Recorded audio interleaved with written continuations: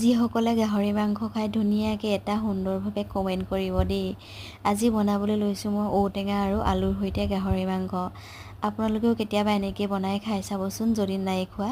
ঔটেঙাৰ সৈতে গাহৰি মাংস খাবলৈ বহুত বেছি ভাল লগা হয় আৰু অকণমান জ্বলা দিব লাগে তাত। মই এনেকৈ তেলত ভাজি লৈছোঁ গাহৰি মাংসখিনি। মই বেছি তেল ব্যৱহাৰ কৰা নাই, কমকৈ দিছোঁ, কাৰণ গাহৰি মাংসৰ পৰা যিহেতু তেল ওলায়। আৰু ধুনীয়াকৈ তেলত ভাজি লৈছোঁ। বেছিকৈও ভজা নাই, অলপকৈ ভাজিছোঁ মাংসখিনি, কাৰণ ঔটেঙাখিনি সোৱাদটো ওলাব লাগিব। আলু আৰু ঔটেঙাই মই দি দিছোঁ ধুনীয়াকৈ। গাহৰি মাংসখিনি মই ধুনীয়াকৈ অকণমান গ্ৰেভি কৰি বনাম, কাৰণ ঔটেঙাৰ সোৱাদটো ওলালে খাই বহুতেই বেছি ভাল লাগিব। পানী কমকৈ দিছোঁ মই মাংসত। আৰু আপোনালোকেও এনেকৈ বনাই খাবচোন কেতিয়াবা, বহুত বেছি ভাল লগা হয়। যিসকলে খায় মই তেওঁলোকক কৈছোঁ দেই।